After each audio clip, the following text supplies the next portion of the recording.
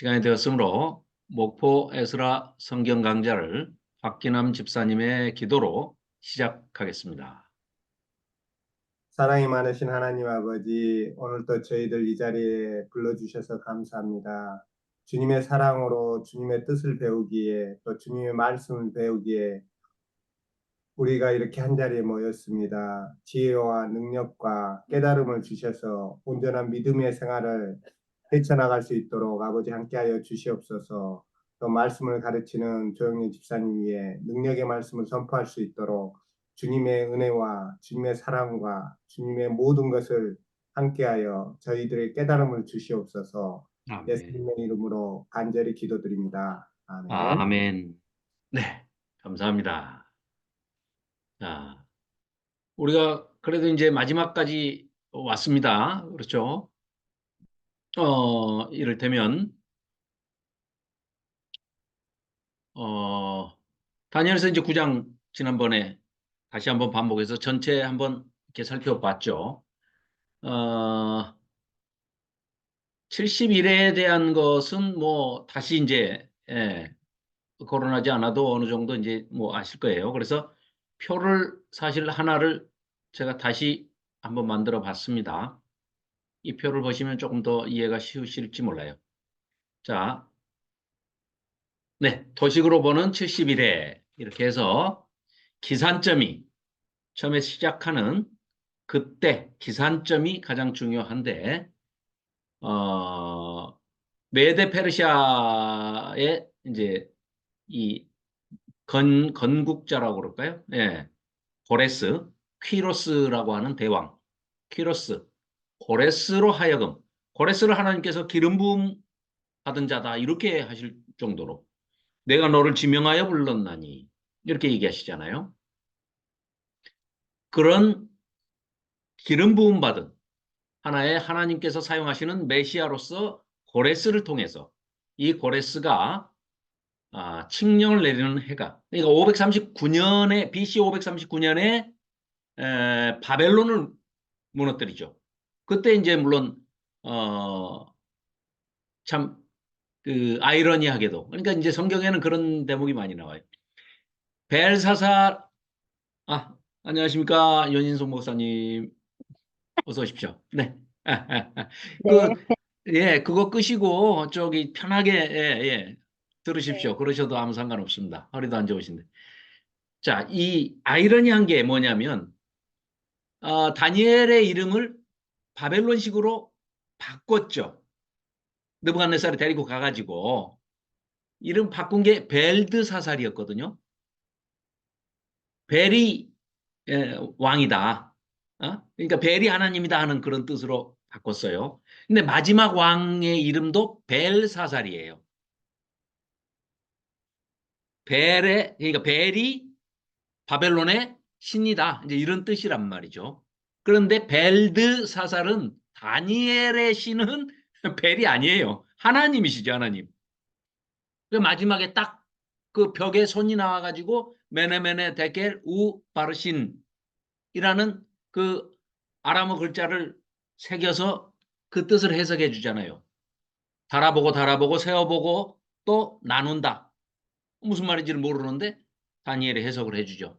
너는 함량미달이야. 하나님께서 달아봤더니 넌 교만해서 네 나라는 그리고 너는 끝이야. 해서 그날 바벨론이 539년에 멸망하지 않습니까? 그때 누구라고요? 하나님의 선지자는 벨드사살이라 하는 다니엘. 그 다음에 우상이 보낸 우상을 섬기는 그 나라의 제국의 왕, 도저히 무너지지 않을 것 같은 바벨론 제국의 마지막 왕은 벨사살. 그런데 그날 벨사살은 죽고 다니엘은 벨드사살이라 하는 다니엘은 하나님의 사람으로서 세움을 받는데 멸망한 바벨론의 셋째 치리자로 등극을 하죠.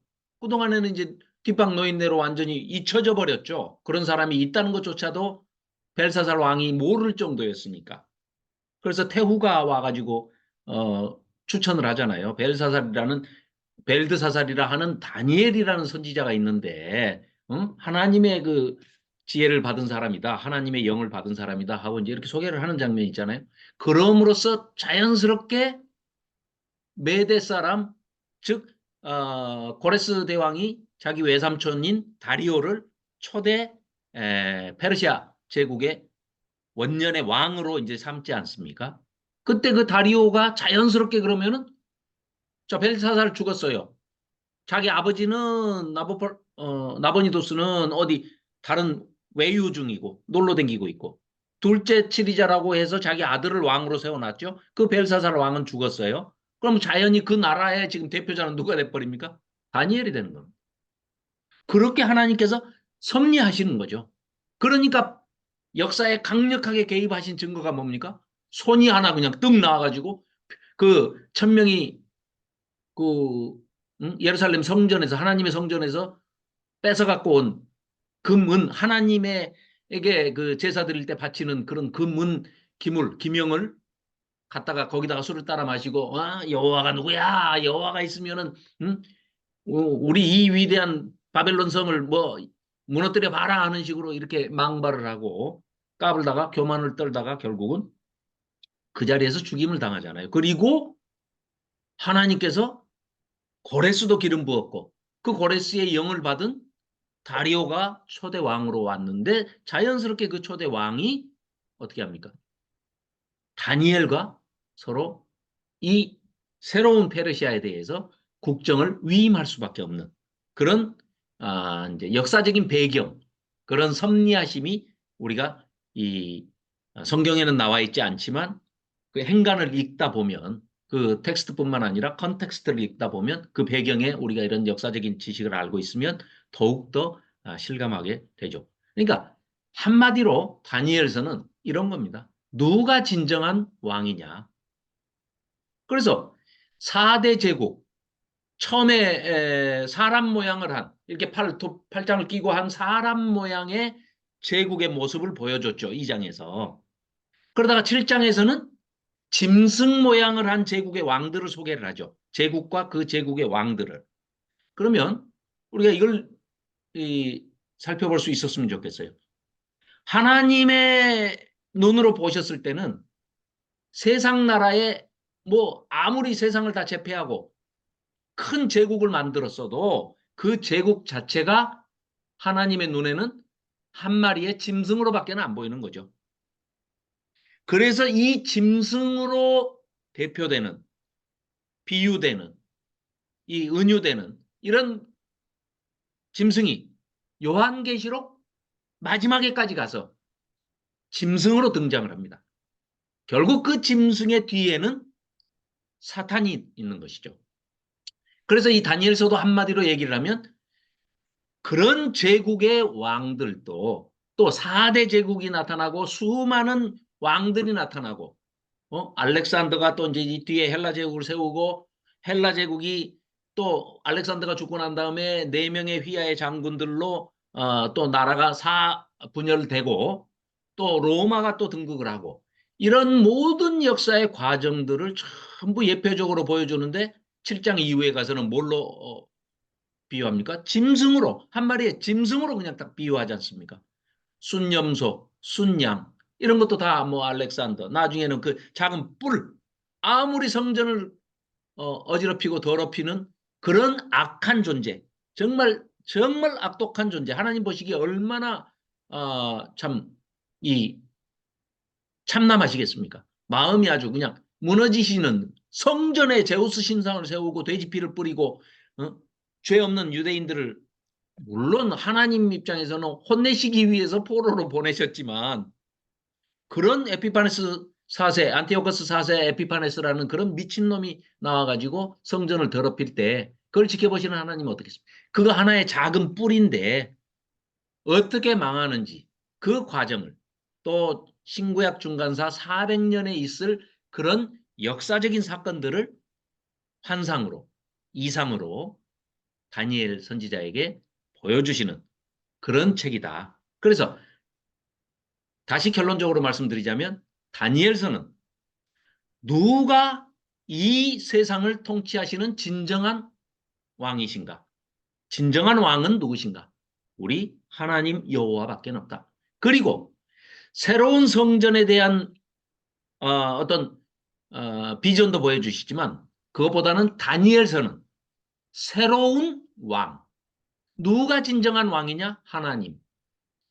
그 하나님께서 하나님 쏙 빼다 닮은 인자. 하나님을 그냥 그분을 보면 아, 그분의 아버지가 하나님이시구나 라고 우리가 알 수 있도록 모든 본질과 영광은 똑같으신 그러나 낮은 자세를 취하시는 겸손한 하나님, 성자 하나님, 메시아이시고 그리스도이신 성자 예수님을 이 땅에 보내실 초림을 보여주시고 저 멀리는 이 인류의 종국사적 종말에 재림하시는 그래서 구원사역을 완성하시고 성전을 회복시키고 하나님 나라에 하나님이 주가 되시고 하나님이 다스리시는 하나님이 통치하시는 주 되시는 그런 진정한 하나님 나라를 성취하게 하실 왕이 누구시냐? 바로 예수 그리스도시다 하는 것까지를 보여주는 책이 바로 이 다니엘서가 되겠습니다. 그래서 다니엘서는 어설프게 종말론을 뭐 종말의 때가 언제냐라고 시한부 종말론들을 만들어내라고 이단들이 이런 도구로 쓰라고 이게 주신 책이 결코 아니다. 그래서 종말에 대한 책은 별책으로 요한계시록이라는 책이 우리에게 주어져 있기 때문에 우리는 그 요한 하전도 선생님도 들어오셨네요. 네, 어서 오십시오. 뭐 지났지만 아무튼 환대해 주셔서 감사합니다. 지난 주일에. 다음에 반드시 또 찾아뵙겠습니다. 자주 오시기 바랍니다. 네. 제가 뭐 백수라 시간 내서 가겠습니다. 자, 그래서 다니엘서라는 이 책은 방금도 말씀드린 듯이 세상 나라의 제국도 보여주시고 그 제국을 통치하는 인간 왕들도 보여주시지만 그것들은 하나님의 관점에서 보실 때는 한 마리의 짐승에 불과하다. 결국은 요한계시록까지 가면 그 짐승들을 멸하시고 그 짐승, 사탄과 짐승과 음녀, 거짓 선지자들을 다 무적행에 집어넣으시고 또 음부에 집어넣으시고 나중에는 결국은 그들을 위해서 영원히 꺼지지 않는 불못, 지옥에 보내는 그런 장면들이 계시록에 명시가 돼 있죠. 자, 그래서 지금 앞에 이제 보시는 도표, 이거 새로 만든 도표인데 이걸 보시면 훨씬 더 이해가 빠르실 겁니다. 자, 앞에 보시면 자, 7이레와 62, 62이레와 그리고 한 이레가 있는데 그 한 이레는 반 이레로 또 반 이레로 둘로 나눠서 3년 반, 한때 두때 반때, 3년 반, 한때 두때 반때. 그런데 첫 번째 7일에 이 기산점이 호레스 칙령이 내려지는 538년이다. 아까 539년은 바벨론을 멸망시킨 날이고 그 이듬해 호레스 칙령을 발표하는데 돌아오기는 유다인들이 예루살렘으로 돌아가는 것은 1차 포로 기한은 536년에 이루어진다. 그래서 지난번에 말씀드렸죠. 성전이 회복되는 것도 성전으로 봐서는 586년에 완전히 불에 탔던 예루살렘 성전이 정확하게 70년 뒤인 516년에 수르바벨 성전이 완성이 되고 첫 번째 포로 1차 포로 다니엘이 포로로 잡혀갔던 그 1차 포로 잡혀갔을 때가 BC 606년인데 BC 606년으로 보자면 마이너스 70년을 하면 예레미야가 예언한 대로 70년이 참여했을 때가 70년을 빼면 536년 아닙니까? 그 536년은 고레스 칙령이 일어나고 귀환을 준비해서 제일 먼저 스룹바벨과 대제사장 여호수아가 앞장서서 1차 귀환을 하게 되는. 그래서 사람으로도 70년, 성전으로도 70년, 70년 후에 회복이 되는 그런 얘기다. 그런 기산점을 그래서 고레스 칙령이 내려진 538년으로 잡아야 한다. 그 다음에 이 49년이 7이래니까 7 곱하기 7이죠. 49년 이후에 갭이 있고 쭉 일직선상에서 연장이 되는 것이 아니고 이때가 BC 400년경으로 봅니다. 그래서 이 62일에 이때가 62 곱하기 7 하면 434년 동안인데 이 동안에 이루어져야 할 일들. 이때가 이제 선지자로 본다 하면은 우리가 잘 아는 에스라, 느헤미야, 말라키 선지자까지, 말라기까지 그렇게 해서 또 공백기가 생기죠. 그리고 예수님이 오시는 해를 이제 원래는 BC와 AD를 기준한 게 예수님이잖아요. Before Christ, Christ, 그리스도께서 오시기 전 해서 BC, Before Christ라는 것은 예수님 오시는 1년 잡으면 그 이전이 BC가 돼야 맞겠죠. 근데 사실 태양력과 음력의 그 또 유대력의 이 환산하는 과정에서 그레고리력과 뭐 이런 환산하는 과정에서 예수님 탄생이 그 역사적인 기록에 대한 오차가 생겨서 BC 4년경에 정확하게 예수님은 태어나신 건데 후대에 이런 역사학자들이 계산을 잘못하는 바람에 이게 AD 1년에 예수님이 탄생하신 해가 아닌 거라는 거는 밝혀졌죠. 그러니까 그건 역사가 잘못된 게 아니고 역사를 기록하는 역사학자들이 기록을 착각에 의해서 잘못된 것이다라는 거죠. 그러면 어떻게 잘못된 것을 알았느냐? 천문학이 발달하다 보니까 이 시뮬레이션을 만들어서 지구 전체의 운동을 돌려보니까 그런 과학적인 이제 그런 결론이 나왔다. 이런 얘기죠. 그러니까 사실은 여기 앞에 도표에는 제가 AD 1년이라고 해놨는데 1년은 원칙적으로 이제 예수님이 오신 것을 기점으로 이렇게 잡았는데 사실은 4년 정도 차이가 나는 겁니다. 자, 그리고 예수님이 공생애를 30살 되셨을 때 시작을 하셨죠. 30세가 되셨을 때. 그래서 예수님이 공생애를 시작하시고 난 다음에 3년 반 공생애를 하시죠.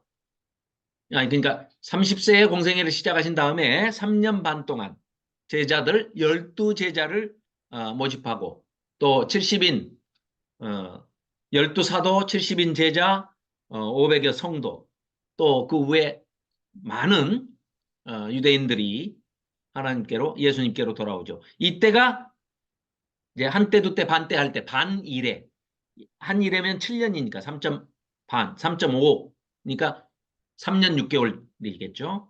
그리고 나서 이제 교회 시대, 성령 시대가 열리고 이방인의 선교의 시대가 열린 거죠. 그럼 우리는 지금 이 시대에 살고 있는 거죠. 이 시대에.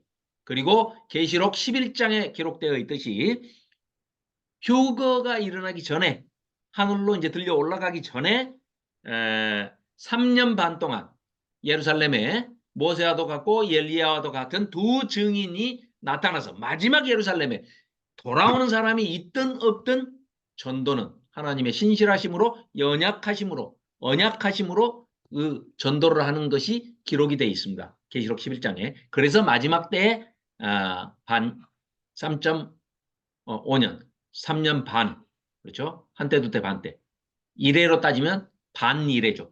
2분의 1 반이래. 그리고 나서 이게 끝나고서 예수님이 이제 이때 재림을 하신다는 그런 얘기입니다. 자, 그래서 이것도 이제 역시 뭐 내일 할 총정리를 지금 오늘 하고 아니 다음 주에 할 총정리를 또 지금 하고 있네 이거. 근데 반복해서 뭐 나쁠 건 하나도 없습니다. 이제 이렇게 들으시면 절대 안 잊어버리실 거예요. 아, 이게 70일에 2300주야. 어려운 거 아니구나. 이런 얘기구나. 하는 거를 이제 그냥 하실 겁니다.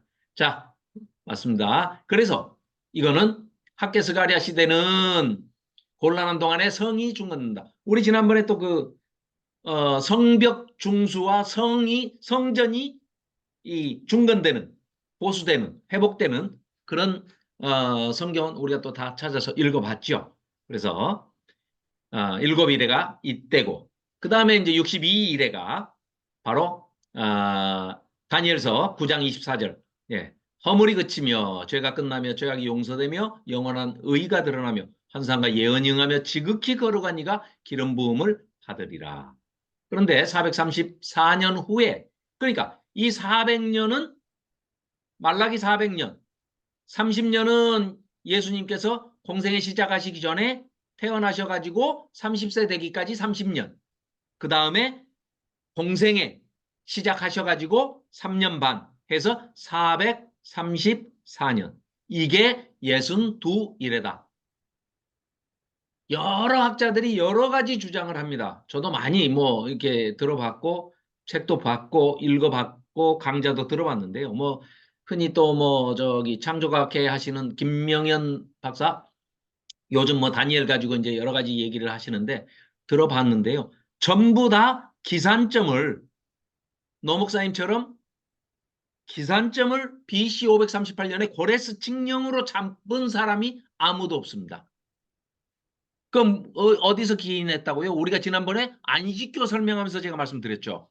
그 안식교가 BC 457년을 잘못 잡은 거예요. 근데 그 에스라서 우리 4장도 살펴봤고 5장도 살펴봤지 않습니까? 그리고 이사야서도 살펴봤고 그걸 보니까 기산점을 그렇게 잡을 필요가 전혀 없는 거죠. 왜냐? 고레스 칙령이 딱 성벽만 중수하고 성전은 절대 건드리지 마라. 이런 게 전혀 아닌 걸 우리 살펴봤지 않습니까? 에스라서에서 4장 5장에서. 그렇죠? 지난번에 다 살펴봤기 때문에. 그래서 이 도표 한 장을 기억을 하시면 71회에 대해서는 전혀 걱정하지 않으셔도 되실 것입니다. 자, 그러면 이제 9장은 그래서 이제 지난번에 여기 에스라 4장에서도 역시 성읍, 기초, 성곽, 성읍 이게 전부 건축하는 것이 이들이 오해해가지고 예루살렘 성만 공사해라. 성전 공사를 하라 한 것은 2차 기한자 에스라 때다. 해가지고 457년으로 계산을 하니까 지난번에 그 2300을 주야를 2300년으로 계산해가지고 2300년 빼기 BC 457년 하니까 1844년이 나왔다고 그때 말씀드렸지 않습니까? 그때 예수님 오신다고 그랬다가 안 오시니까 그 뒤에 앨런 화이트가 뭐라고 그런다고요? 자기가 환상을 봤는데 예수님이 오시다가 하늘 지성소로 쏙 들어가시더라. 그래가지고 거기서 조사 심판을 할 자와 상줄 자를 조사하고 계신다. 지금까지. 그래서 안식교는 지금까지 안 없어져요. 그래서 그거는 참 코미디 같은 얘기가 우리에게는 코미디지만 또 그걸 또 아주 철석같이 믿는 분들이 이단에다 빠져서 그렇게 또 안식교라는 교가 생겨서 그런데 안식교뿐만입니까? 그 이후로도 많은 이단들이 그걸 기초로 해서 해요. 그러니까 이 사람들이 아주 철저하게 이 에스라서 4장 12절, 13절, 16절 말씀과 에스라서 5장 3절, 9절 이 말씀을 제대로 살펴보지를 않은 거예요.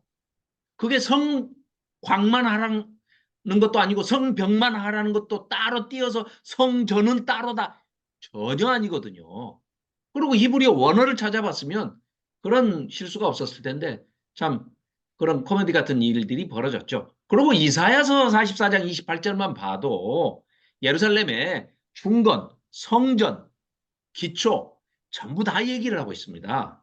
그렇기 때문에 그런 오해, 그러니까 다니엘서를 오해하는 그런 오해는 포로 기한의 회를 457년도로 이 오해 기점을 오해해가지고 이런 일들이 벌어지게 된 것이다.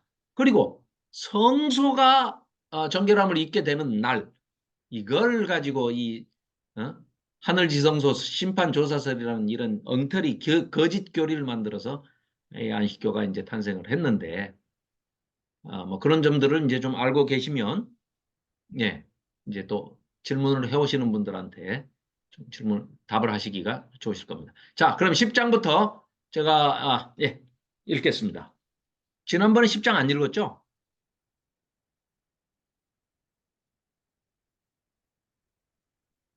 자, 네, 10장.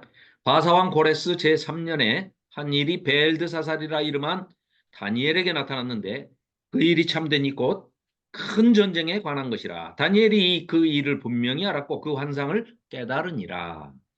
그때 나 다니엘이 세 일의 동안을 세 일이면은 21일이죠. 3 곱하기 7일을 하니까 21일 동안을 슬퍼하며 21일 동안이 차기까지 좋은 떡을 먹지 아니하며 음, 또 고기와 포도주를 입에 대지 아니하며 또 기름을 바르지 아니하니라. 그러니까 이제 금식 기도와는 약간 조금 차이가 있는 이제 뭐 흔히 얘기하는 절식 기도라고 할까요? 절식? 예, 뭐 그렇게 이제 그렇게 보시면 될 것 같아요. 어, 일부러 뭐 좋은 음식 찾아가지고 배부르게 먹거나 뭐 이런 거를 하지 않는다는 얘기죠. 그게 이제 왜 그러면은 다니엘이 어, 이런 자세로 기도를 했겠느냐. 지난번에도 이제 말씀드린 대로 이게 70년이 차면 이제 3년만 있으면 다 예루살렘으로 포로 생활 끝내고 돌아가는데 거기서 이제 유대인의 시대가 열리는 게 아니라는 거를 이제 깨달았기 때문에 굉장히 힘들어 하는 과정이죠, 지금. 그래서 새 일의 동안에 이렇게 식욕을 절제하면서, 참 근심하면서 이렇게 기도를 하는 그런 장면입니다. 자, 첫째 달 24일에 내가 hittegel이라 하는 큰 강가에 있었는데 그때는 내가 눈을 들어 바라본 적 한 사람이 세마포 옷을 입었고 허리에는 우바스 지방이라는 곳에서 나오는 순금띠를 띠고 있더라. 모습이 뭐 대단하죠? 어떻게 보면 이걸 또 보고 어떤 분들은 예수님이 아니냐 뭐 이렇게 얘기를 하는 분도 있어요. 근데 나중에 또 뒤에 보면은 예수님이라고 하기에는 또 안 맞는 부분들이 좀 있습니다. 그래서 영의 세계, 천사들의 세계에 대해서는 성경이 많이 밝혀 얘기하지 않고 있습니다. 자, 이 말씀을 왜 드리냐면 우리가 알고 있는 그 천사들의 이름이라고 해봐야 성경에는 두 사람이 아니지 두 천사의 이름밖에 안 나옵니다. 지금 여기 다 다니엘서에 다 등장하는데 하나는 가브리엘, 하나는 여기 지금 나오는 그 누구죠? 어디 갔더라? 미가엘.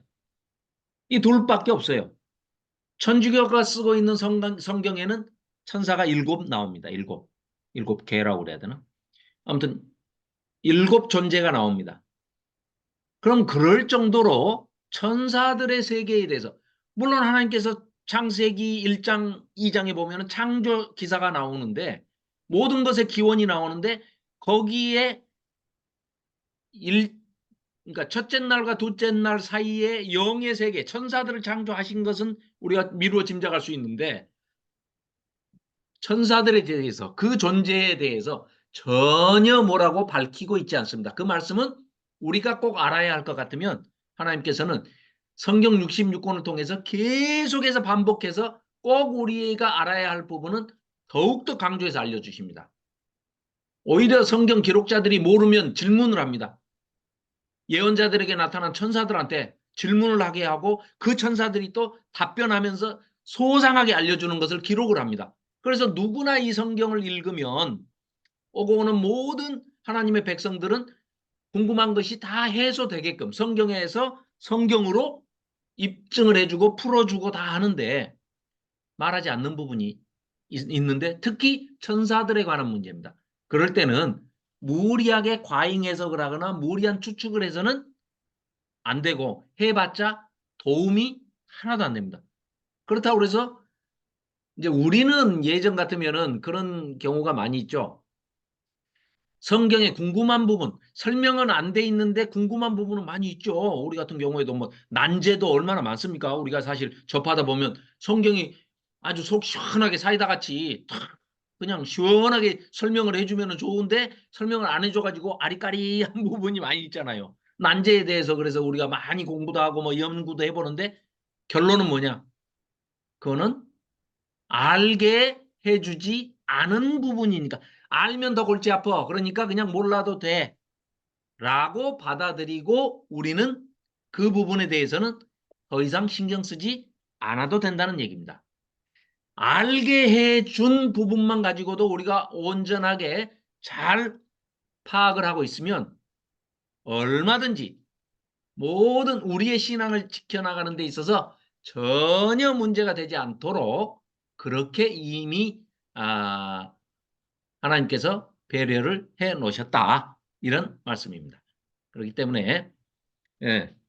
자, 특히 11장에 가면 역사를 모르면 도대체 이게 무슨 말인가 하는 그런 얘기들이 나옵니다. 그런데 이제 역사는 제가 신구약 중간사 뭐 할 때도 충분히 말씀드리겠습니다만은 또 이거 우리 다니엘서 하면서도 제가 말씀드렸던 그 중간 신구약 중간에 일어난 그 역사 그것만 가지고도 그 배경만 알아도 충분히 이해가 되는 그런 대목들입니다. 자, 그래서 계속해서 읽어 나가겠습니다. 자, 그래서 그런 존재가 있는데 그런 존재가 그냥 뭐 휘황찬란하게 금띠를 띠고 나타났는데 6절입니다. 또 그의 몸은 황옥 같고 몸이 보석 같답니다. 그의 얼굴은 얼굴이 번갯빛 같아요. 그러면은 너무 환해서 쳐다보지를 못하는 그런 걸 이제 표현하는 거겠죠. 눈은 또 횃불 같대요. 그의 팔과 발은 빛난 놋 구리인데 막 구리가 그냥 막 동이 빛이 난대요. 금처럼. 또 말소리는 많은 무리의 소리와 같다는 거예요. 무슨 말인지를 알아먹을 수가 없는데 아주 그냥 뭐 오케스트라의 뭐 웅장한 음악 같은 그런 목소리가 나온다는 거예요. 이 환상을 나 다니엘이 혼자 봤답니다. 그리고 함께 사람들도 같이 있었어요. 그런데 그 사람들 눈에는 안 보였다는 얘기입니다. 그 사람들한테는 안 보이고 이 환상은 그 사람들 못 봤는데 그들은 어떤 비범한 비상한 존재가 영적인 세계의 존재가 있다는 것은 감지한 거예요. 눈에 보지는 못했지만 왜 이 사람들한테는 보지 못하게 오직 다니엘만 볼 수 있도록 지금 이렇게 조치를 하신 거죠. 그래가지고 그들은 크게 떨며 도망하여 숨어버렸습니다. 죽을까봐. 그러면 다니엘도 아무리 이제 선지자이긴 하지만 다니엘도 두렵지 않겠어요? 그러니까 이제 천사가 계속해서 다니엘에게 두려워하지 말라 이제 이렇게 하는 장면이 나옵니다. 자, 그래서 8절 그러므로 나만 홀로 있어서 이 큰 환상을 볼 때 내 몸에 힘이 쫙 빠지고 자기도 그냥 놀란 거죠. 나의 아름다운 빛이 변하여 썩은 듯 하였고 이때 나이가 꽤 됐을 텐데 근데 아름답답니다. 예. 다니엘 선지자는 100살이 다 돼도 얼굴빛이 청년 같았나 봐요. 아름다웠답니다. 그랬으면 좋겠습니다. 우리도. 자, 빛이 변하여 썩은 듯 하였고, 나의 힘이 다 빠져 없어져 버렸으나, 내가 그의 음성을 들었는데 그의 음성을 들을 때, 내가 얼굴을 땅에 대고 깊이 얼마나 기절을 해버린 것처럼 잠이 들어버렸다. 그러니까 한 손이 있어서 나를 어루만지기로 내가 부들부들 떨었다는 거예요. 떨었더니 그가 내 무릎과 손바닥이 땅에 닿게 이렇게 이제 세웠다는 거예요. 요한도 밤모섬에서 네. 환상을 봤을 때 그랬죠. 요한이 예수님하고 얼마나 친했습니까? 사랑하는 제자 뭐 이렇게 자기 자신을 하나님 예수님께서 사랑하시는 제자다. 뭐 자기를 그럴 정도로 가까이 지냈는데 세상에 부활하신 예수님 그리고 다시 나타나신 예수님을 보고서는 죽을 듯이 떨었다고 그러지 않습니까? 두려움에. 지금 그런 비슷한 그런 경험입니다. 지금. 내게 이르되 11절입니다. 큰 은총을 받은 사람 다니엘아 내가 너에게 이르는 말을 깨닫고 일어서라. 내가 너에게 하나님으로부터 보내심을 받았느니라. 그가 내게 이 말을 한 후에 내가 그 말을 듣고 이제 부들부들 떨면서 그래도 어떻게 힘을 내 가지고 일어나 봤어요. 그랬더니 그가 내게 이르되 다니엘아 두려워하지 말라. 두려워하니까요. 두려워하지 말라는 거죠. 자, 네가 깨달으려 하여 내 하나님 앞에 스스로 겸비하게 하기로 결심하던 그 첫날부터 네 기도가 네 말이 기도 응답을 이미 받았으므로 내가 그러니까 이 천사 같은 존재가 네 말로 말미암아 하나님께서 나를 너에게 이 말을 전해주라고 해서 내가 심부름 왔다야. 이런 뜻입니다. 그러니까 예수님이라고 보시기는 좀 그렇죠. 아무튼 천사장인 것은 천사장 중에 하나는 틀림없어요. 우리는 천사에 대해서 이제 정보가 전혀 없으니까 웬만하면은 막 좀 휘황찬란하면 예수님 아니냐 뭐 이렇게 얘기하는데 또 그건 아닌 것 같아요. 예수님이 이제 지금 오시면 안 되니까. 자, 그리고 떨며 일어서니 그가 내게 이르되 다니엘아 두려워하지 말라. 아, 이거 했죠. 네네. 내가 네 말로 말미암아 왔느니라. 13절입니다. 자, 그런데 바사 왕국의 군주가, 바사는 페르시아죠. 페르시아 왕국의 군주가 21일 동안 세상에 이 천사장을 가로막았다는 거예요. 하나님의 심부름 명을 받아가지고 사명을 받아가지고 영의 세계에서 이 땅에 오는 이 존재를 페르시아 군주가 막았다는 거예요. 사람이. 이거 설명이 안 되죠. 이런 세계가 있나? 이거 참 아무튼 이게 얼른 납득이 안 가는 그런 뭐 내용입니다. 뭐 계속해서 읽어봅시다. 자, 내가 거기 바사 왕국의 왕들과 함께 그래서 이제 머물러서 있었다는 거예요. 막으니까 가장 높은 군주 중 하나인 미가엘이 자기 이제 동료 미가엘이죠. 미가엘 천사장이 와가지고 이 가브리엘 천사장을 아니 가브리엘인지는 모르지만 아무튼 이 천사장을 이름이 없는 이 천사장을 도와줬다는 거예요. 미가엘이 도와줬다는 겁니다. 그래서 14절 이제 내가 마지막 날에 내 백성이 당할 일을 너에게 깨닫게 하러 왔노라. 이는 이 환상이 내일 모레 뭐 조금 있다 이게 아니고 아주 오랜 후에 종말의 때에 일어날 일이라 그렇다 라고 지금 하는 겁니다. 15절 그가 이런 말로 내게 이를 때 내가 곧 얼굴을 땅에 향하고 말문이 막혔더니 기가 막혔겠죠. 왜 기가 막힐까요? 16절을 보면 인자와 같은 이가 있어 내 입술을 만진지라. 이제 인자와 같은 이 이것 때문에 이제 예수님 아닌가 이렇게 하는데 아무튼 사람의 형상을 했다는 거죠. 내 입술을 만진지라 내가 곧 입을 열어 내 앞에 서 있는 자에게 말하여 이르되 내 주여 이 환상으로 말미암아 아니 하나님이 보내신 거의 뭐 탑 클래스의 그 천사장을 만났으면 이제부터 근심 끝, 걱정 끝, 염려 끝, 만사형통 시작 이래야 되는데 다니엘이 생각할 때 어떤 거예요? 지금 천사장이 왔는데 세상에 하나님으로부터 기도응답을 받아가지고 나한테 알려주러 오다가 21일 동안 막혔대요. 페르시아 군주들한테 막혔대요. 그런데다가 오시면은 만사 형통할 줄 알았더니 만사 불통이야. 뭐가 더 안 돼. 70년 끝나면은 돌아간다면서요. 그러니까 70년? 아니 70년 곱하기 7이야. 490년. 그래도 안 끝나. 이러니 알아 눕죠. 지금 다니엘 입장에서는. 지금 거의 그런 분위기를 지금 얘기하고 있는 겁니다. 그래서 지금 완전히 숨도 잘 못 쉬겠다. 이런 뜻입니다. 지금. 자, 그래서 이제 내 주여 이 환상으로 말미암아 근심이 내게 더함으로 내가 힘이 없어졌나이다. 17절 내 몸에 힘이 다 없어져 버렸고 호흡이 남지 아니하였사오니 숨도 쉴 수가 없다는 겁니다. 내 주의 이 종이 어찌 능히 내 주와 더불어 말씀할 수 있으리까 하니 또 사람의 모양 같은 것 하나가 인자 같은 이가 나를 만지며 나를 강건하게 해주셨다는 거예요.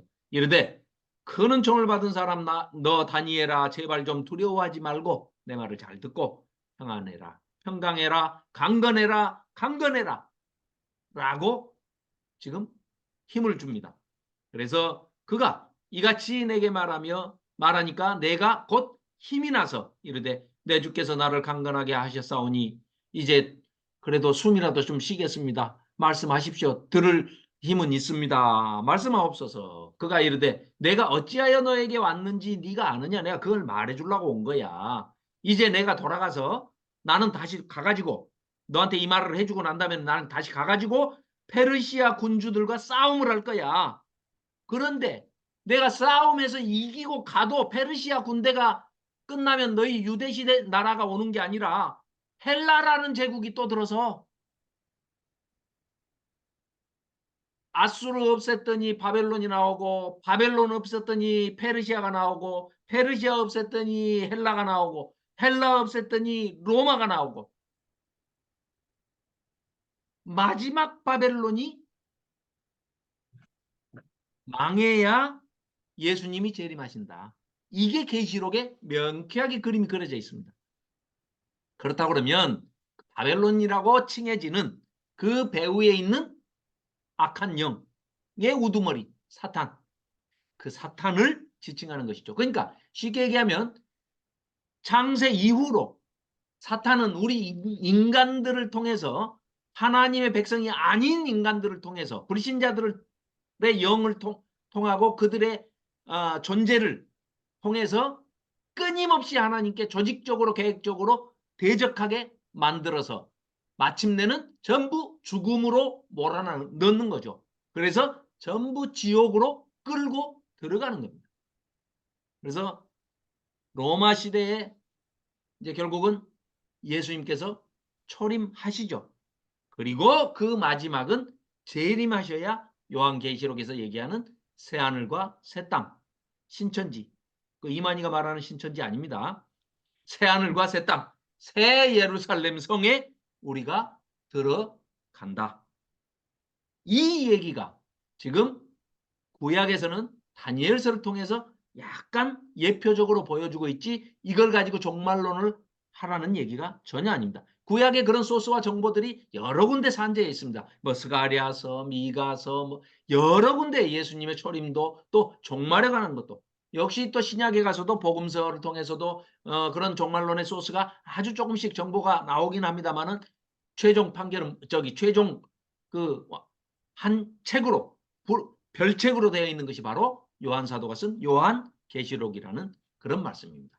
그래서 마지막 때 마지막 바벨론으로 대표되는 그 사탄이 지배하고 있는 그 제국이 무너지고, 그 시스템이 무너지고, 하나님을 대적하는 그 영적인, 또 영적인 것들에 노란하는 육체를 가진 불신자들까지도 다 무너지고, 그때가 돼서야 이스라엘이 회복될 것이다. 그거는 혈통적인 이스라엘뿐만 아니라 영적인 이스라엘인 교회까지도 다 하나님의 나라에 들어가게 된다 하는 그런 아주 큰 그림을 여기서 보여주는데, 다니엘이 이해를 사실 못 했으리라고 봅니다. 다니엘은 듣고 본 것을 기록은 했지만 이게 무슨 말일까? 왜냐? 아니, 한 500년 뒤에 일어날 일들에 대한 왕들의 이름까지도 그냥 다 얘기를 하고 있으니 얼마나 놀랬겠습니까? 지난번에도 말씀드렸지만, 그랬기 때문에 이런 역사가 다 이루어진 걸 보고 나서 한 BC 2세기경에나 이 책은 뭐 누가 썼을 것이다 라고 주장하는 학자들이 굉장히 많아요. 그런데 그분들한테 이제 이런 얘기를 꼭 해드리고 싶습니다. 그러면 200년 뒤에 일어날 일을 예수님 오신다는 것을 쓰는 것은 쉽고, 500년 뒤에 뭐 어떤 나라가 일어난다는 것을 쓰는 것은 다니엘은 불가능한 거냐? 하나님의 능력은 200년은 가능한데 500년은 안 되는 거냐? 그러니까 그 사람들은 역사하고 딱 맞으니까 믿기 싫고, 역사하고 안 맞으면 안 맞으니까 믿기 싫고 이런 겁니다. 그러니까 그런 그 불순한 의도를 가지고 자꾸 그런 식의 질문을 해오는 분들한테는 좋은 말로 이렇게 설명도 해주시다가 어느 정도 하셔서도 효과가 없으면은요, 때리지는 마시고 그냥 놔두시는 게 좋습니다. 그 사람들은 이랬으니까 안 믿고 저랬으니까 안 믿어요. 나는 이랬으니까 안 믿고 저랬으면 믿겠는데, 하지만 그 사람한테는 저런 경우에 대해서 또 설명을 해주면은요, 그러니까 안 믿습니다. 역사하고 안 맞으니까 안 믿고, 역사하고 딱 맞으니까 안 믿고 그렇습니다. 그런데 자, 계속해서 이제 보겠습니다.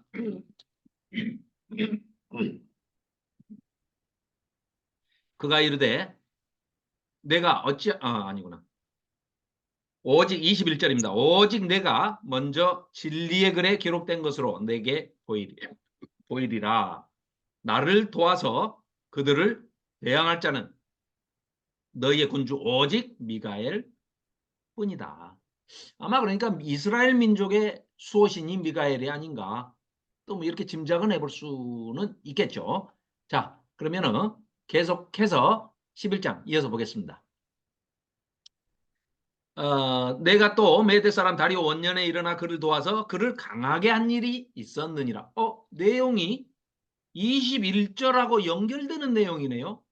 그렇다면 이게 장절 구분을 할 때 조금 인쇄공들이 조금 잘 못한 것 같죠? 그러니까 11장 1절을 10장 22절이라고 써놓는 게 낫습니다. 오히려. 네네네. 그래서 11장 1절이 연결되는 얘기입니다. 무슨 얘기예요? 오직 나를 도우는 사람은, 도우는 존재는 미가엘 천사장밖에 없고, 사람 중에 하나가 있긴 있었는데 메대 사람 다리오 원년에 내가 그를 도와서 그를 강하게 한 일도 한번 있었다. 그러니까 천사가 천사를 돕는 일도 얼마든지 있고, 또 하나님이 보내신 천사가 사람을 돕는 일도 있다. 이 맥락으로 이어지고 2절은 완전히 이제 단락이 딱 구분되죠. 그러니까 2절에 동그라미 있죠. 그러니까 사실은 엄밀하게 얘기하면 거기가 11장 1절이 돼야 맞는 거죠. 자, 그래서 이제 내가 참된 것을 너에게 보이리라. 보라, 바사, 페르시아에서 또 새 왕들이 일어날 것이요. 자, 그 새 왕이 어떤 왕이냐면은 앞에 화면 한번 보실까요? 자, 11장의 내용은 뭐냐? 이제 10장의 내용은 방금 이제 우리가 읽었던 그 내용이고요. 그러니까 바사왕 고레스 3년에 본 환상인데 큰 전쟁에 대해서 얘기를 해줘요. 다니엘이 아주 슬퍼합니다. 그러면 도대체 언제 예루살렘 우리가 돌아간다 해서 70년이 차면 끝나는 게 아니군요 하는 걸 깨달았어요. 그러니까 너무 슬퍼요.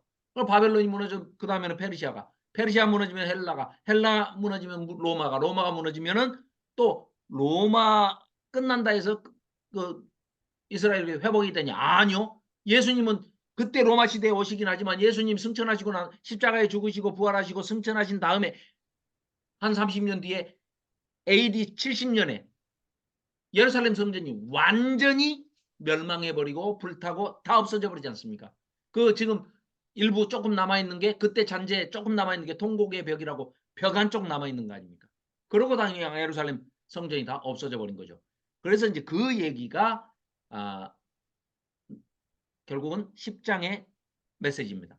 그래서 마지막 때가 되면 그 영적인 바벨론 마지막 그 제국이 시스템이 피라미드 체제 또 이 하나님의 나라 시스템이 아니고 인간 제국의 나라 그 시스템이 무너져야 결국은 이스라엘 그리고 교회가 회복이 되고 새하늘과 새 땅으로 들어갈 것이다. 이 얘기고 이제 11장은 다리오 원년에 다니엘이 도와서 크게 강하게 하셨는데 그 페르시아가 이 고레스가 죽은 다음에 새 왕이 나타날 것이다. 이제 그 왕에 대한 것을 이제 살펴보겠습니다. 자, 그 고레스가 죽고 난 다음에 일어날 세 명의 왕이 이 세 사람입니다. 앞에 보시면 자, 캄비세스 2세, 우리 성경에는 아닥사스다라고 나옵니다. 이 왕이 이제 고레스 죽은 뒤에 592년부터 522년까지 캄비세스 2세가.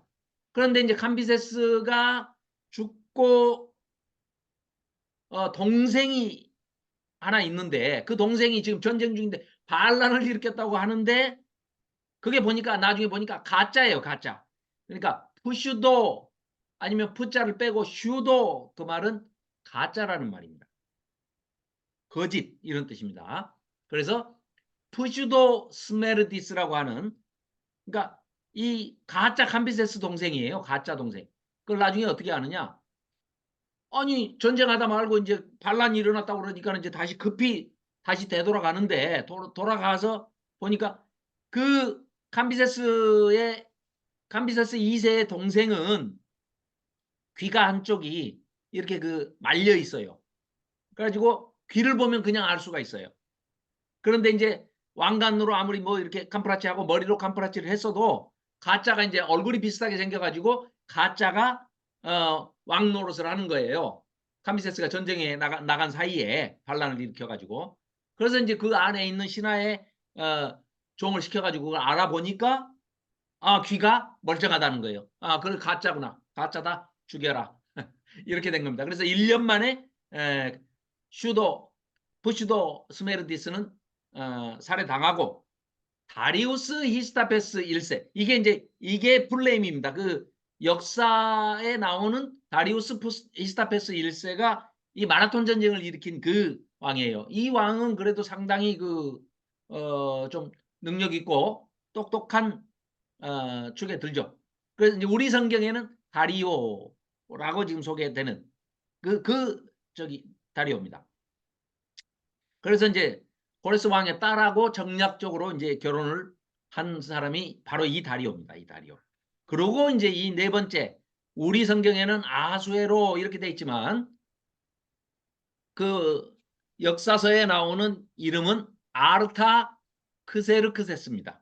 아르타크세르크세스. 그 아르타크세르크세스가 우리 성경에는 아수에로로 돼 있는데 이 사람이 누구예요? 그 에스더의 남편입니다. 이 사람이 그 사람이에요.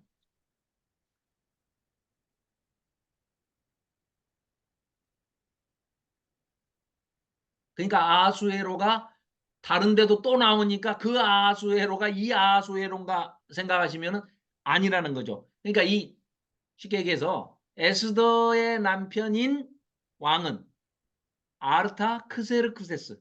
우리 성경에는 아수에로라고 돼 있지만 이때에 테르모필레 전쟁이니 플라타리아 전쟁이니 살라미스 해전 뭐 쉽게 얘기하면은 페르시아 대 그리스 전쟁 이런 그 그리스 전쟁이라고도 불리는 세계 뭐 역대 그 전쟁사에 기념될 만한 그런 큰 전쟁들을 일으켰다가 결국은 이 페르시아가 완전히 내리막길을 타고 국운이 기울게 되죠. 그래서 그리스군에게 대패하면서 헬라 제국이 들어서게 된 겁니다. 그러니까 다니엘서 지금 우리가 읽고 있는 이 11장 3절 이하의 내용은 이 마케도니아 대 그러니까 그 페르시아 대 이제 알렉산더가 죽고 난 다음에 페르시아 대 헬라 제국에 대한 그 기록이 지금 쭉 이어지는 겁니다. 그래서 알렉산더가 죽고 그 후에 네 왕으로 쪼개지고 그 사이에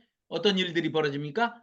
남왕국, 북왕국 나뉘어가지고 톨레미 왕조와 셀류쿠스 왕조가 샌드위치 가운데 이스라엘을 두고 오르락 내리락 하면서 지난주에 살펴봤죠. 6번의 전쟁이 일어나지 않습니까? 그 6차례 전쟁이 이른바 150년 전쟁이다. 그 내용을 지금 얘기하고 있는 것이 11장의 내용입니다. 그러니까 11장을 그 역사적인 배경을 모르고 읽으면 도대체 이게 무슨 말인가? 북방왕이 나왔다가 남방왕이 왔다가 뭐 그 아들 뭐 공주가 어떻고 뭐 이게 역사적인 배경을 그래서 이제 조금 여기서는 11장에서는 설명이 좀 필요하다. 이런 얘기입니다. 그래서 자, 이 배경 설명을 잠깐 하면 이렇습니다. 앞에 이제 우리 지난번에도 한번 이 도표 한번 보셨죠? 자, 북쪽이라고 하면은 시리아라고 이제 그 시리아 지방을 차지한 이 셀루커스 왕조, 예, 안티오커스 왕조라고 하죠. 이 셀루커스 왕조가 북방왕 이렇게 표현이 되고 애굽입니다. 애굽. 여기는 프톨레미라고도 하는 프톨레마이오스라고도 하는 톨레미 왕조가 지금 여기 애굽을 차지하고 있는 겁니다. 여기 프톨레메익 엠파이어. 여기 애굽을 차지하고 있어요. 자, 4번 쳐들어 내려오고 2번 쳐들어 올라갑니다. 그런데 중간에 한 번은 여기서 공주를 정략적으로 시집을 보내요. 베르니케라는 공주를 시리아 쪽으로 시집을 보냅니다. 애굽의 공주를. 근데 원래 여기에 라오디케라는 왕비가 있었어요. 그럼 여기서 이제 보냈는데 이 안티오코스 2세가 정략적으로 결혼을 해요. 또 이 베르니케하고. 그러니까 이 라오디케가 질투의 화신입니다. 그래가지고 이 라오디케가 아주 싸그리 다 죽여버립니다. 여자가. 어이 무셔. 첫째, 제일 먼저 누구부터 죽이겠어요? 남편. 내가 두 눈 시퍼렇게 뜨고 있는데 애굽하고 화친한다고 공주를 맞아들여 해가지고 안티오코스 2세를 죽여버립니다. 그리고 안티오코스 2세만 죽이겠어요? 이 베르니케가 올라오자마자 얼마나 또 금술이 좋았던지 안티오코스 2세하고 사이에 시집을 오자마자 바로 아기가 생겼어요. 그래서 그 왕자죠, 왕자. 그 왕자도 죽여버립니다. 그런데 놀랍게도 이 라오디케, 우리 저기 요한계시록에 보면 7 교회에 보내는 편지할 때 에서보드 사빌라 하죠. 라오디게야. 이 라오디케에다가 땅 이름 이하를 붙인 게 라오디게야입니다. 라오디게야. 이 공주 이름으로. 또 나중에는 알렉산더 대왕의 아버지 이름이 빌립보죠. 그래서 빌립보라는 도시를 만들죠. 그런데 이 빌립보도 알렉산더 아버지도 자기가 왕이 될 때 왕이 아니었어요. 자기 조카가 왕이었어요. 거기서 섭정을 하다가 빌립보스가 자기 아버지가 자기 조카를 죽여버리고 알렉산더 아버지가 자기 조카인 왕을 죽여버리고 자기가 왕이 된 겁니다. 그래갖고 난 게 알렉산더를 낳은 거예요. 그러니까 나중에 이제 알렉산더가 죽고 나서 카산드로스가 저기 마케도니아 본토 땅을 차지하죠. 그리고 자기가 이제 정통 알렉산더의 후계자다 이렇게 하잖아요. 그때 저기가 있다고 그랬잖아요. 알렉산더의 이붐에 아버지가 다른 여동생이 하나 있었다고 그랬잖아요. 그 여동생이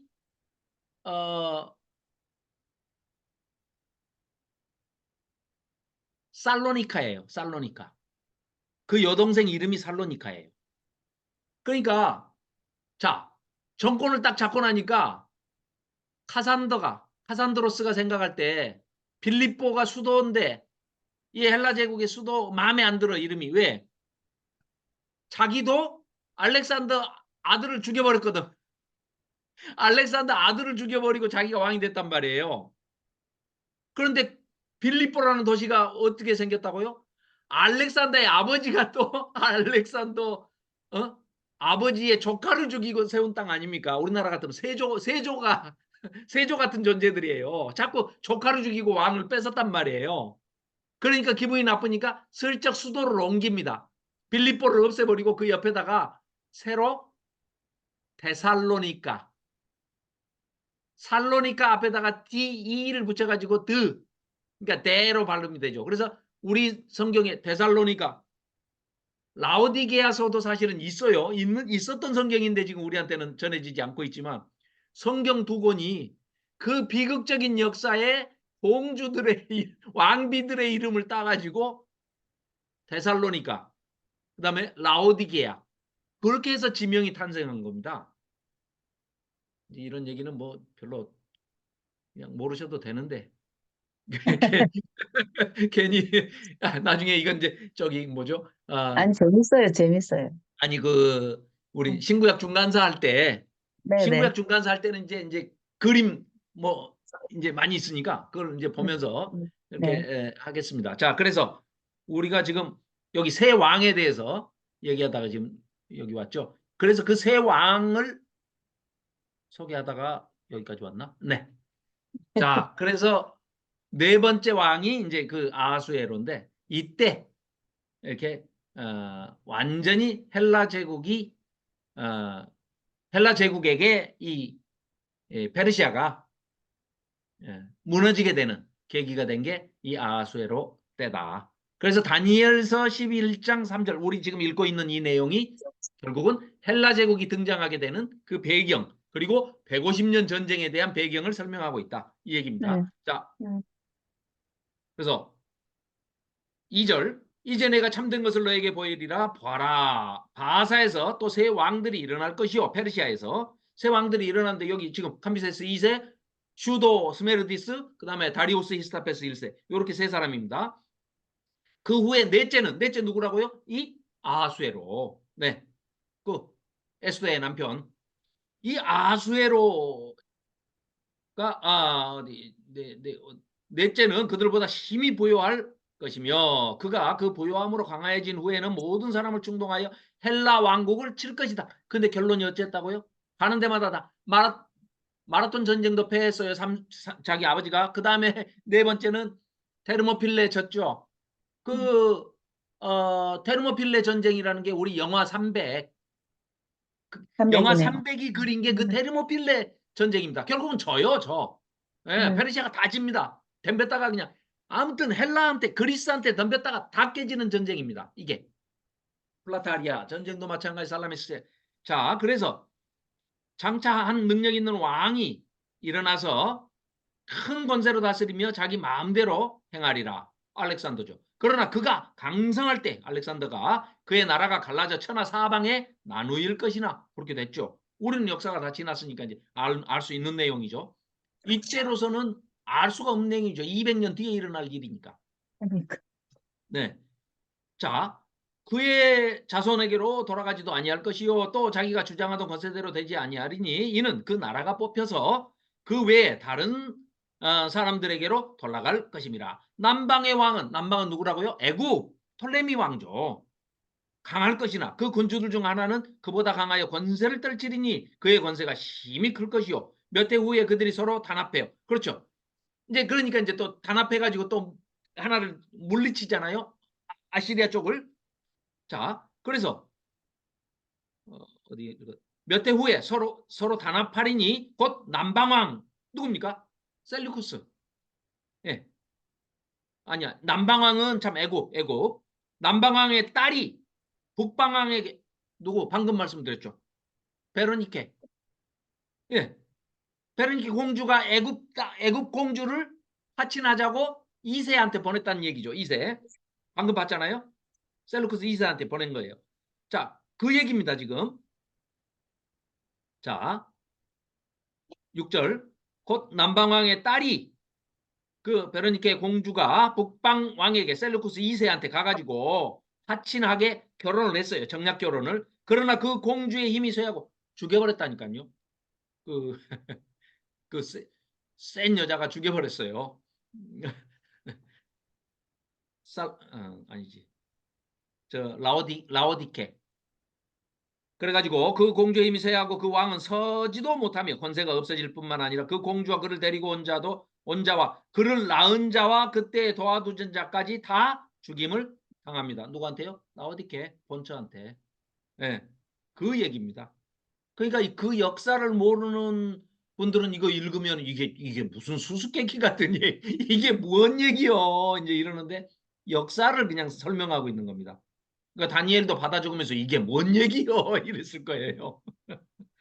네, 자, 어쨌거나 7절. 그러나 한 공주의 본 족속에게서 난 자 중에 한 사람이 왕위를 이어 권세를 받아 북방왕의 군대를 치러 와서 자, 북방은 지금 시리아 쪽이죠. 셀루쿠스 쪽. 그의 성에 들어가서 그들을 쳐서 이기고 이제 북쪽에 이제 안티오코스 1세 때 이 얘기입니다. 예. 자, 그래서 그 신들과 부어 만든 우상들과 은과 금의 아름다운 그릇들은 다 노력하여 애굽으로 가져갈 것이요. 몇 해 동안은 그가 북방왕을 치지 아니하리라. 북쪽을 쳐가지고 또 한번 다 이겨가지고 싹 끌고 약탈 보물들 성전에서 훔쳐온 것까지 다 다시 거꾸로 갖고 애굽으로 이제 또 내려간 겁니다. 참 하나님 성전 기물들이 고생이 많습니다. 북쪽으로 뺏겠다 남쪽으로 뺏겠다 이게 뭡니까 지금 이삿짐 센터도 아니고. 자, 그래서 북방왕이 셀루쿠스 2세입니다. 예, 남방왕의 왕국으로 쳐들어갈 것이나 자기 본국으로 물러가리라. 실패했다는 얘기죠. 그러나 그의 아들들이 이건 이제 셀루쿠스 3세를 얘기하는 거죠. 전쟁을 준비하고 힘이 많은 군대를 모아서 물이 넘친같이 나올 것이요. 그가 또 와서 남방왕의 경관성까지 애굽까지 이제 쳐들어 내려갔어요. 그러니까 애굽왕이 남방왕이 크게 노하여 나와서 북방왕과 싸움을 합니다. 150년 전쟁의 얘기를 지금 아주 간략하게 지금 얘기를 하고 있는 겁니다. 북방왕이 큰 무리를 일으킬 것이나 그 무리는 그의 손에 넘겨준 바 되리라. 그가 큰 무리를 사로잡은 후에 그의 마음이 스스로 높아져서 수만 명을 엎드릴 것이나 그 세력은 더하지 못할 것이요. 아무리 지들끼리 해봐야 하나님의 관점에서는 뭐라고요? 다 한 마리의 짐승들이고 한 마리 짐승에 난 뿔에 불과한 것들이란 얘기죠. 아무것도 아니라는 겁니다.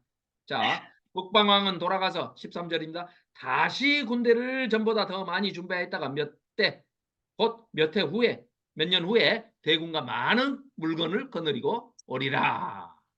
그때 그러니까 여기서 성경에서 지금 계속해서 12장에서도 그때라고 이제 하는 것은 바로 앞에 때를 얘기하지 않습니다. 이따가 또 최근에 노 목사님께서 만들어 놓으신 따끈따끈한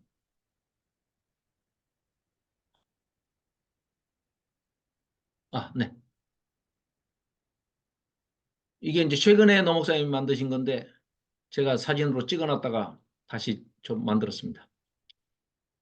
이제 12장 지금 우리가 읽고 있는 11장과 이 12장으로 넘어갈 때 이제 그때를 12장 때 이제 제가 설명을 드리겠습니다. 자, 우선 계속해서 그때에 그렇죠?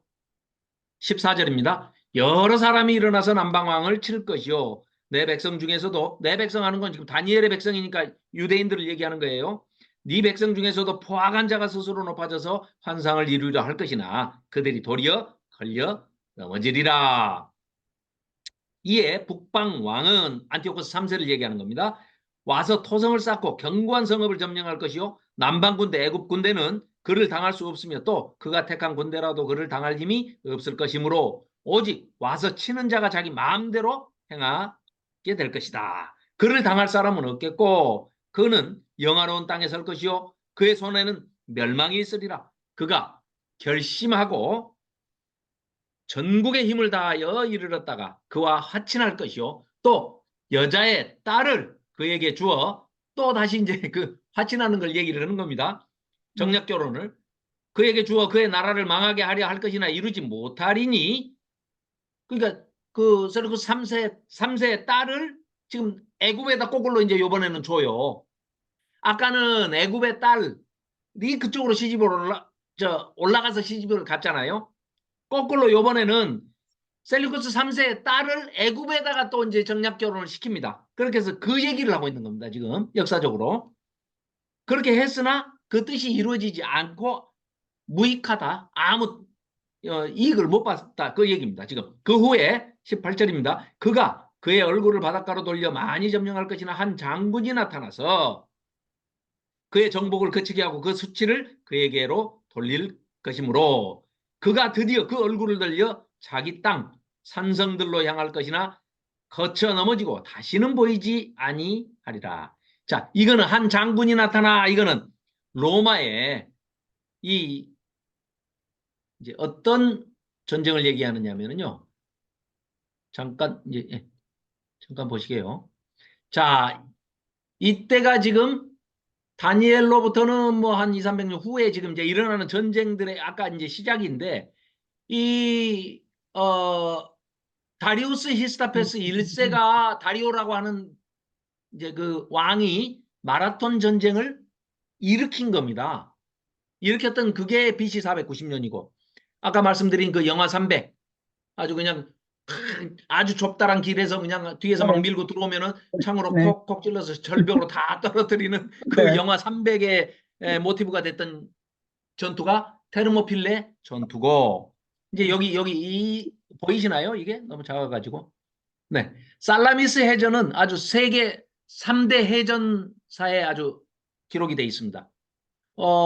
어떤 역사학자들은 그렇게도 얘기합니다. 우리나라 이순신 장군이 1592년 임진왜란 때 또 그때 그 일본과의 해전 12척의 배로 몰살을 시켰던 그 해전도 세계 3대 해전 중에 속한다 그러는데 확인은 못 해봤습니다. 뇌피셜인 것 같아요. 그랬으면 좋겠다. 근데 아니 그럴만해요. 그것도 아주 세계 해전사에서는 유명한 전투가 바로 명량해전입니다. 네. 자, 그리고 페르시아 대 그리스 전쟁. 이걸 흔히 이제 그리스 전쟁이라고 하는데 이게 헬라 제국이 일어서게 된 동기가 페르시아가 싸움은 걸어가지고 결국은 다 지면서 헬라 제국이 우뚝 서게 되는 그런 계기가 되는 겁니다. 그리고 자, 여기 보시면 이제 여기가 지금 이 헬라 제국이죠. 헬라 제국. 그리고 이제 우리가 요쪽, 요 건너편에 요쪽에 이 보이는 데가 소아시아라고 하는 지금 이제 여기는 이 당시에는 지금 페르시아 제국이라고 이렇게 돼 있는 이 여기가 에서보두 사빌라 7교회가 있는 곳이 바로 여기입니다. 에페소스라고 돼 있는 게 이게 에베소고요. 사르디스 이게 4대 교회가 이게 사르데스라고 돼 있는 이겁니다. 그러니까 이렇게 북두 칠성 모양으로 에서보두 사빌라가 여기 이렇게 7지역이 여기 있는 이 지역이 소아시아 지역이죠. 자, 이런 전투가 일어났던 곳이 바로 페르시아 제국이 이 에게해를 가운데 두고 여기를 건너면서 아주 이 에게해를 왔다리 갔다리 하면서 전쟁을 했던 그 전투가 결국은 헬라 제국이 일어나게 만든 아주 고대 그리스 제국이 우뚝 서게 만들어준 동기부여를 한 게 오히려 이 페르시아 제국이다. 결국은 다 뺏기죠. 다 뺏기고 다 헬라 제국에 점령을 당하고 결국은 11년 만에 알렉산더가 싸그리 다 점령해버리지 않습니까? 네. 지금 그런 역사를 얘기하고 있는 겁니다. 알렉산더의 헬라 제국, 여기 보십시오, 여기. 지중해가 여기 이만하고요. 흑해가 있고 카스피해가 있는데, 여기 보십시오. 이게 전부 헬라가 그냥 알렉산더가 혼자 11년 동안 다니면서 이게 다 정복해버린 나라입니다. 어마어마하죠. 그래서 이제 이 세계사를 보시면 굉장히 이제 재밌는 대목들이 많습니다.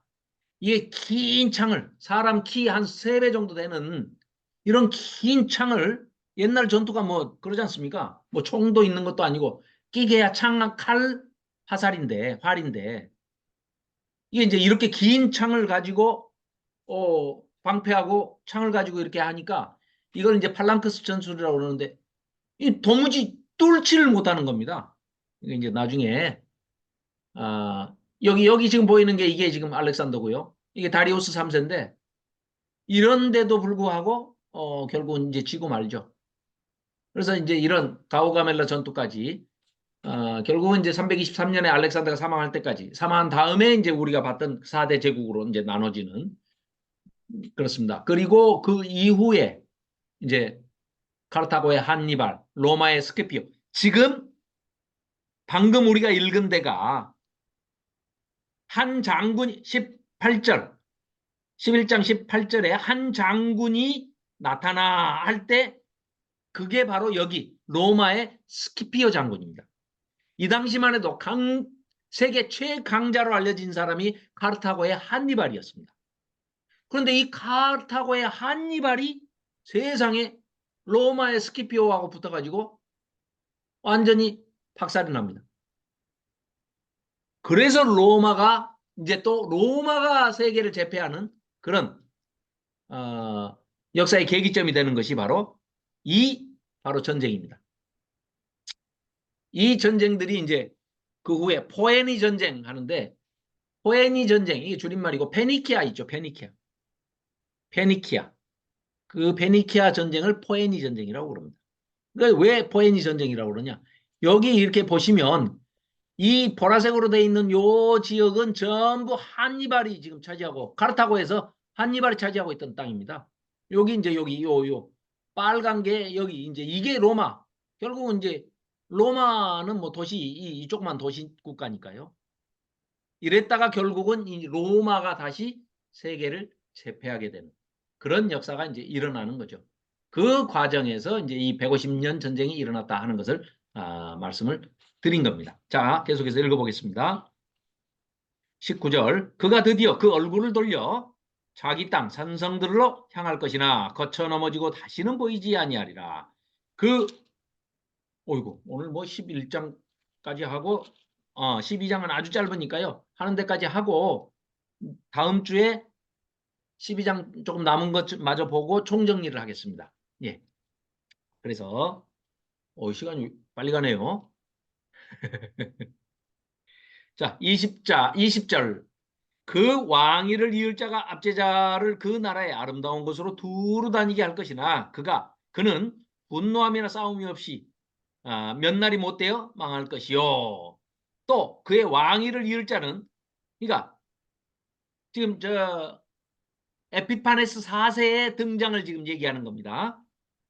우리가 흔히 얘기하는 그 미친놈이라고 하는 안티오코스 4세 에피마네스죠. 자, 11장 21절입니다. 또 그의 왕위를 이을 자는 한 비천한 사람이라. 안티오코스 4세 얘기입니다. 에피파네스. 나라의 영광을 그에게 주지 아니할 것이나 그가 평안한 때를 타서 속임수로 그 나라를 얻을 것이며 넘치는 물 같은 군대가 그에게 넘침으로 말미암아 패할 것이요 동맹한 왕도 그렇게 될 것이며 그와 약조한 후에 그는 거짓을 행하여 올라올 것이요 소수의 백성을 가지고 세력을 얻을 것이며 그 에피파네스 4세 그놈은 평안한 때에 그 지방의 가장 기름진 곳에 들어와서 그의 조상들과 조상들의 조상이 행하지 못했던 것을 행할 것이요 그는 노력하고 탈취한 재물을 무리에게 흩어주며 계략을 세워 얼마 동안 산성들을 칠 것인데 때가 이르기까지 그렇게 할 것이다. 그가 에피파네스 4세가 그의 힘을 떨치며 용기를 다하여 큰 군대를 거느리고 남방왕을 칠 것이요 남방왕도 심히 크고 강한 군대를 거느리고 맞아 싸울 것이나 능히 당하지 못하리니 그는 그들이 계략을 세워 그를 치민이라. 그의 음식을 먹는 자들이 그를 멸하리니 그의 군대가 흩어질 것이요 많은 사람이 엎드려져 죽으리라. 이 두 왕이 남방왕과 북방왕입니다. 이 두 왕이 마음에 서로 해하고자 하여 한 밥상에 앉았을 때에 거짓말을 할 것이라. 일이 형통하지 못하리니 이는 아직 때가 이르지 아니하였으므로 그 일이 이루어지지 아니할 것임이니라. 북방왕은 셀루쿠스 4세를 얘기하는 거예요. 많은 재물을 가지고 본국으로 돌아가리니 그는 마음으로 거룩한 언약을 거스르며 자기 마음대로 행하고 본토로 돌아갈 것이며 작정된 기한에 그가 다시 나와서 남방에 이를 것이나 이번이 그 전번만 한 번은 이제 침략해서 성공을 했는데 이번에는 그 전번만 못할 것이다. 이게 지금 이 사이에 지금 일어나는 게 아까 방금 보여드린 포에니 전쟁이라고 하는 요 전쟁이 일어나는 시기를 얘기합니다. 보시면 포에니 전쟁도 BC 264년에서 146년까지 아주 장기간에 걸쳐서 왔다 갔다 하면서 지금 방금 읽은 내용이 포에니 전쟁의 지금 내용입니다. 그런데 이때 이미 이쪽은 지금 애굽 쪽은 누가 차지해 버렸다고요? 로마가 이미 차지를 해버렸습니다. 그래가지고 에피파네스가 꼼짝 못하고 로마에 자기가 인질로 잡혀갔다 왔기 때문에 알아요. 로마가 얼마나 센 나라인지를 압니다. 에피파네스 4세도. 그래서 쳐들어갔다가 그 전에 재미를 봤었잖아요. 그러니까 또 쳐들어갔다가 꼼짝 못하고 동그라미 하나 쳐놓고 거기서 나오기 전에 네 죽을 건가 살 건가 결정해. 항복할 거야 말 거야 하니까 항복하고 그 전쟁 부담금 다 물어내기로 하고 겨우 살아서 도망 나오는 지금 그런 장면입니다. 그래서 작정된 기한에 그가 다시 와서 남방에 이를 것이나 이번에는 그 전만 못하리라. 졌다는 얘기입니다. 이는 기띔의 배들이 그러니까 이게 로마가 통제하고 있는 키프로스 지방에 있는 그 배들을 기띔의 배라고 지금 이렇게 얘기합니다. 그러니까 로마군들입니다. 로마군들. 거기에 이르러 그를 칠 것입니다. 가서 보니까 로마가 이미 점령을 해버렸거든요. 그럼 지금 애굽하고 싸우러 갔는데 애굽하고 싸우는 게 아니라 거기서 싸움을 계속하면은 로마하고 싸워야 되는데 이건 뭐 게임이 안 된다는 걸 알아요. 지금 그런 상황입니다. 그러니까 그가 낙심하고 돌아가면서 에피파네스 4세가 맺은 거룩한 언약에 분노하였고 자기 땅에 돌아가서는 맺은 거룩한 언약을 배반하는 자들을 살필 것이며 군대는 그의 편에 서서 성소 곧 견고한 것을 더럽히며 매일 드리는 제사를 폐해버리고 할례도 금지시켜버리고 제사도 예루살렘에 와가지고 괜히 유대인들 제사도 못 드리게 하고 거기에 멸망하게 하는 가증한 것을 세우고 성전 한복판에다가요 제우스 신상을 세웠다니까요. 이 미친놈이. 자, 이런 때에 우리가 잠깐, 네. 잠깐 한번,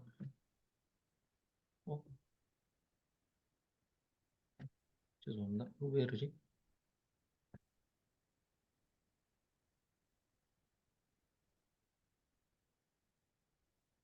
네. 자, 여기 마저 읽고 한번 살펴보겠습니다. 매일 드리는 제사를 폐하며 멸망하게 하는 가증한 것을 세울 것이며 그가 또 언약을 배반하고 악행하는 자를 속임수로 타락시킬 것이나 오직 자기의 하나님을 아는 백성은 강하여 용맹을 떨치리라. 백성 중에 지혜로운 자들이 많은 사람을 가르칠 것이나 그들이 칼날과 불꽃과 사로잡힘과 약탈을 당하여 여러 날 동안 몰락하리라. 그들이 몰락할 때도 도움을 조금 얻을 것이나 많은 사람들이 속임수로 그들과 결합할 것이며 또 그들 중 지혜로운 자 몇 사람이 몰락하여 무리 중에서 연단을 받아 정결하게 되며 희게 되어 마지막 때까지 이르게 하리니 이는 아직 정한 기한이 남았음이라. 지금 이제 이걸 역사적 배경을 모르는 분들은 굉장히 어려운, 정말 난해하죠. 이런 데를 이제 만나면 다니엘서가 도대체 이게 무슨 책이냐, 뭔 말이냐 이게. 까만 거는 글자요, 하얀 것은 종이고 글씨도 분명히 한글로 쓰여 있는데 뭔 말인지 몰라. 그 말은 이런 역사적인 배경을 모르면 그렇고 어디서 많이 본 것 같기도 한데 하는 생각이 드시는 분들은 앞에 보이는 이 복음서에서 보신 거예요. 예수님이 오셔가지고 예수님께서 아주 그 확증을 시켜주셨죠. 예수님이 딱 오셔서 이러신 거예요. 자, 마태복음 24장 뭐 안 찾으셔도 됩니다. 제가 찾아서 앞에 표로 만들어 놨습니다. 마태복음 24장에 보면 예수님이 오셔가지고 이제 제자들이 그 얘기를 하니까 성전에 이제 가가지고 그 거기서 이제 그런 얘기 징조를 얘기하시면서 하시는 말씀이에요. 응? 자, 24장 15절입니다. 이제 15절 전에 그러나 13절입니다. 그러나 끝까지 견디는 자는 구원을 얻으리라. 예수님께서 제자들한테 무슨 얘기를 하시냐면 거짓 선지자가 많이 일어날 거야. 이 성전을 보시면서 이제 하시는 얘기입니다. 이 성전에 지가 하나님이라는 놈도 나타날 걸? 이제 이러시면서 그때 많은 사람이 실족하게 돼. 그러나 거짓 선지자가 많이 일어나서 많은 사람을 미혹하겠지만 또 불법이 성함으로 많은 사람의 사랑이 다 식어지겠지만 그러나 너희들은 속지 말고 깨우쳐서 깨어 있어서 끝까지 견디면 구원을 얻게 될 것이다. 이 천국 복음이 모든 민족에게 증언되기 위하여 온 세상에 전파되어야 할 것이야. 그러면 그때야 그제야 끝이 종말이 오게 될 거야. 그러므로 너희가 이제 15절입니다. 그러므로 너희가 선지자 다니엘이 지금 우리가 공부하고 있는 그 내용입니다. 선지자 다니엘이 말한 바 멸망에 가증한 것이 거룩한 곳에 어디? 성전 한복판에 성전 안에 멸망에 가증한 것이 거룩한 곳에 선 것을 보거든 읽는 자는 깨달을진저 그때 예루살렘에 있는 자들은 유대인들은 다 산으로 도망해라. 근데 얼마나 빨리 도망해야 되냐면 지붕 위에 있는 자는 집 안에 지금 금덩어리가 있어도 그거 가지러 집 안에 있는 물건을 가지러 내려가지도 말어. 바로 도망가. 왜? 멸망이니까. 멸망의 징표다. 이 말씀을 하시는 거예요. 예수님이 친히 하신 말씀입니다. 그러면서 밭에 있는 자는 옷 벗어놓고 일하지 겉옷을 벗어놨다고 겉옷 입고 도망가야지 빤스만 입고 어떻게 도망가냐 하고 옷 가지러도 가지 마. 그러다 넌 죽어. 멸망이야. 그렇게 긴박한 내용을 예수님께서 이렇게 징표적으로 표징적으로 지금 말씀을 하고 계시는 겁니다. 여기만 있는 게 아닙니다. 마가복음 13장에도 보시면 지금 마찬가지입니다. 자, 이 말은 멸망에 가증한 것이 하나님이 계시는 성소에 들어섰다. 지성소에 들어섰다. 그 말은 뭐겠어요? 그 예루살렘 성전에 하나님이 안 계신다. 그 얘기죠. 아니 하나님이 거기 계시면 어찌 감히 멸망에 가증한 것이 거기에 서기나 하겠습니까? 허용하시질 않으시겠죠. 그건 뭐예요? 이미 너희들이 죄를 지어서 성전을 다 더럽혔기 때문에 하나님이 거기 계시지 않는다. 에피파네스 4세가 나타나서 저렇게 못된 짓을 하고 제사를 못 드리게 하고 돼지피를 뿌리고 돼지고기를 강제로 먹이고 할례를 금하고 이런 짓을 했던 것은 바로 하나님이 거기 성전에 계시지 않기 때문이죠. 그럼 그게 이게 서버렸는지 모르겠네. 네.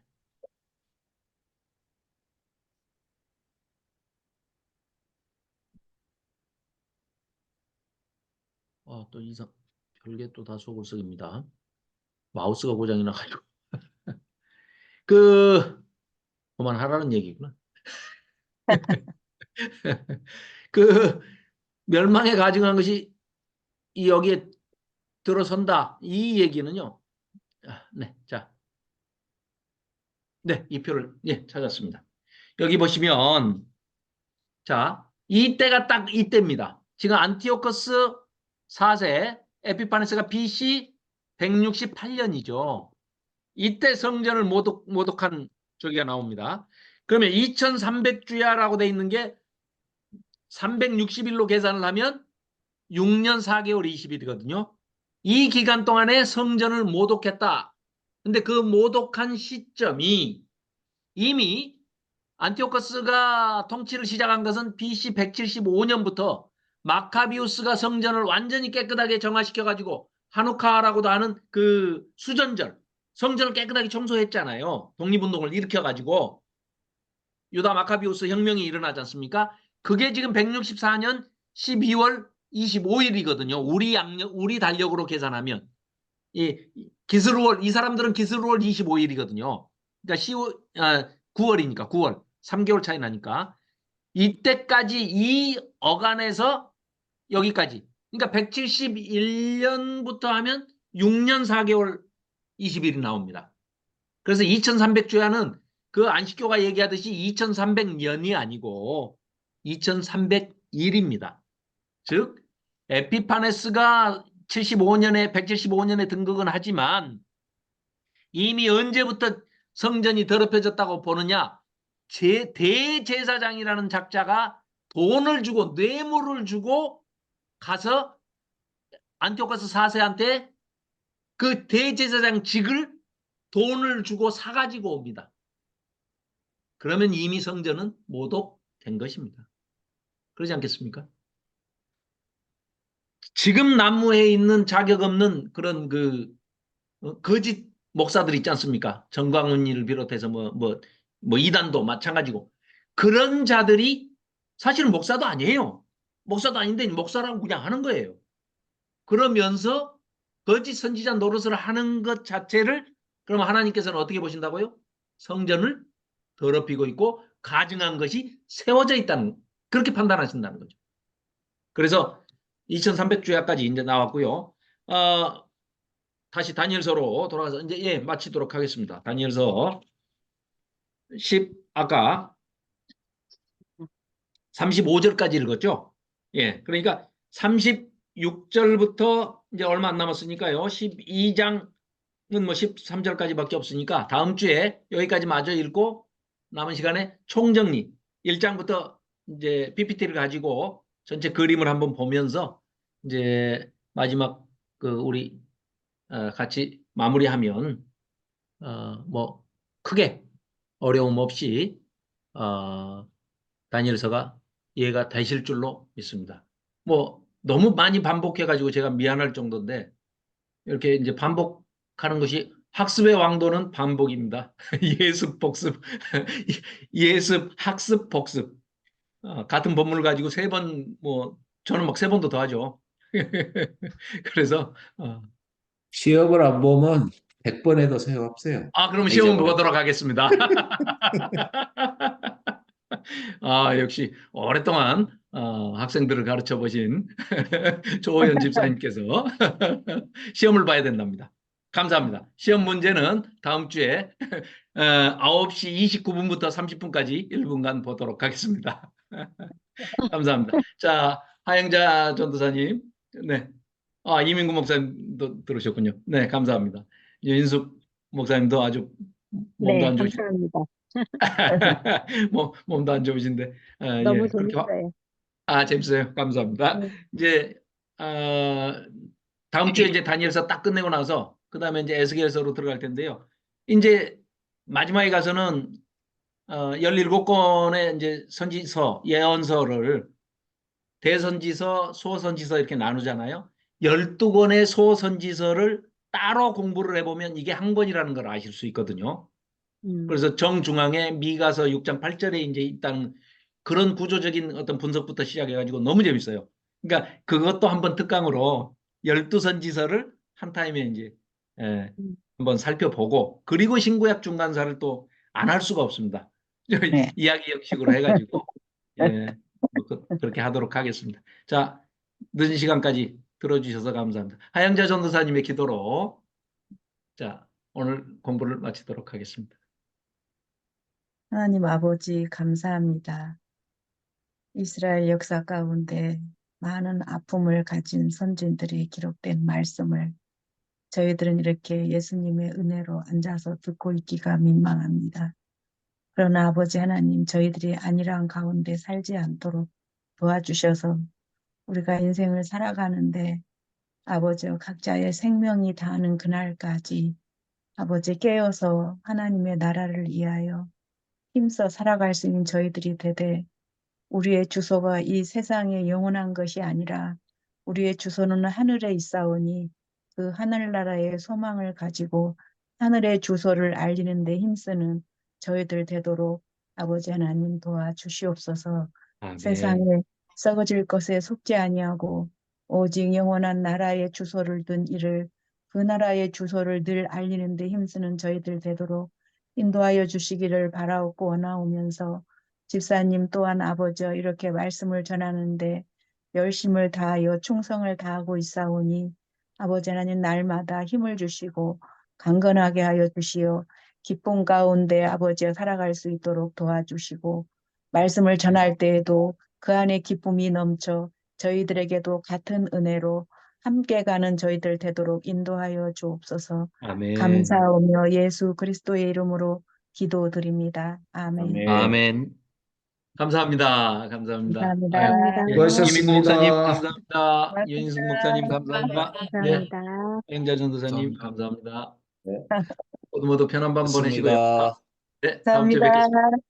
뵙겠습니다. 감사합니다.